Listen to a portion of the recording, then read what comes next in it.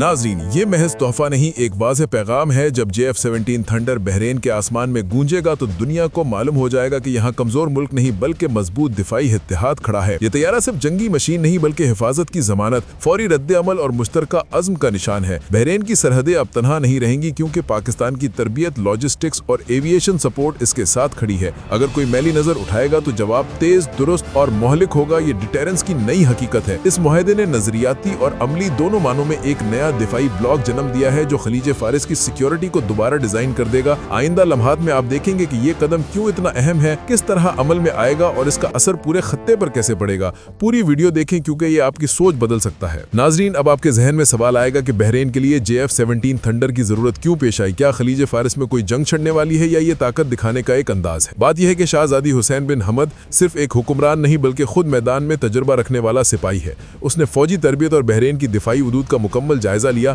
और उसका मुल्क खलीज फारिस में अक्सर सियासी दबाव और अस्करी चैलेंजेस का शिकार रहा है। गुज़िश्ता बरसों में खत्ते में कई ममालिक ने बहरेन की सरजमीन पर असर व रसूख बढ़ाने की कोशिश की, लेकिन शहजादी हुसैन ने फैसला किया कि बहरेन अब खुद अपनी हिफाजत करेगा और दुश्मन को सख्त जवाब देगा। और यही वो लम्हा था जब पाकिस्तान ने अपना हाथ बढ़ाया। पाकिस्तान ने न सिर्फ बहरेन की दिफाई सलाहियत बढ़ाने के लिए मुशावरत दी बल्कि JF-17 थंडर फराहम करने का फैसला किया ताकि अगर दुश्मन ने खलीज फारिस में मैली नजर उठाई तो जवाब सिर्फ जमीनी फौज या महदूद दिफा से ना बल्कि आसमान से भी आए।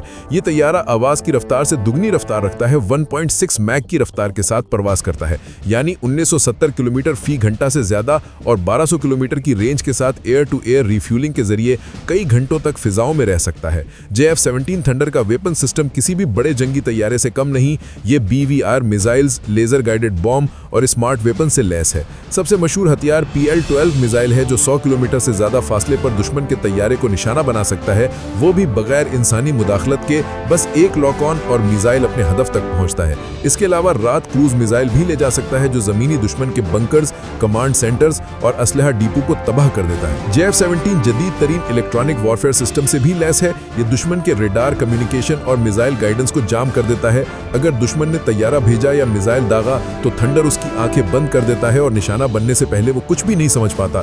यही निजाम भारत के जदीद तैयारों को भी नाकाम कर चुका है और यही वजह है कि खलीज में बहरेन की फिजाई हदूद अब महफूज है। नाज़रीन, पाकिस्तान ने बहरेन को JF-17 थंडर देने के बाद OIC के इस्लामिक नेटो इजलास में भी ताउन किया। पाकिस्तान ने न सिर्फ बहरेन की दिफाई जरूरियात की मदद की बल्कि इस्लामिक नेटो के तहत मुश्तरका अस्करी मंसूबों की तजावीज़ भी पेश की।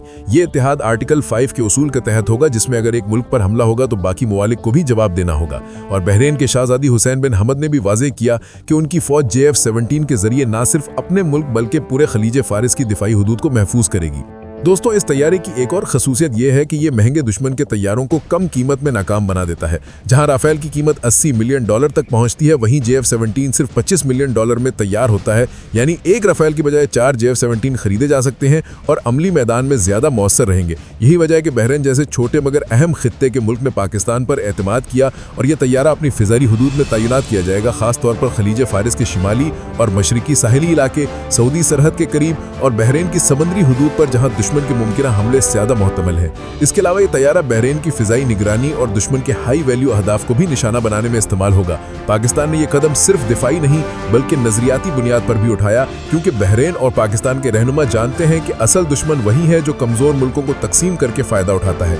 अब जब दोनों मुल्क एक नया अस्करी और नजरियाती इत्तेहाद कायम कर रहे हैं तो ये सिर्फ दोस्ती का मामला नहीं बल्कि एक नया दिफाई ब्लॉक जन्म ले रहा है जो खलीज फारिस और इस्लामी दुनिया के मुस्तकबिल पर असर डालेगा। इस इत्तेहाद में पाकिस्तान, बहरेन, टर्की, ईरान और दीगर मुसलमान ममालिक शामिल हैं और ये ब्लॉक मुस्तकबिल में खत्ते में ताकत के तवाज़ुन को बदल सकता है। नाजरीन, याद रखें, JF-17 थंडर सिर्फ एक जंगी तैयारा नहीं बल्कि एक अलामत है, एक ऐलान है कि अगर तुम किसी कमजोर मुल्क को दबाओगे तो वो मुल्क तुम्हें ऐसा जवाब देगा जो तुम्हें दहाइयों तक याद रहेगा। और जब यह तैयारा बहरेन के आसमान पर उड़ेगा तो दुश्मन खुद ब खुद पीछे हट जाएगा क्योंकि मौत जब परिंदा बनकर उड़ती है तो जमीन पर कोई महफूज नहीं रहता। आखिर में अगर आपको लगता है कि पाकिस्तान और बहरेन के ये नए अस्करी ताल्लुकात एक नई दुनिया की शुरुआत है तो कमेंट्स में जरूर लिखें, नया दौर शुरू हो चुका है। क्योंकि ये वीडियो सिर्फ मालूमात के लिए नहीं बल्कि सोच जगाने के लिए बनती हैं। और अगली वीडियो में हम आपको बताएंगे कि किस तरह ये इस्लामी नेटो ब्लॉक मुस्तकबिल में खलीज फारिस में अपनी दिफाई पॉलिसी नाफिज करेगा, कौन से ममालिक इसमें शामिल होंगे और पाकिस्तान किस तरह अपनी क़यादत में इस ब्लॉक को मजबूत करेगा।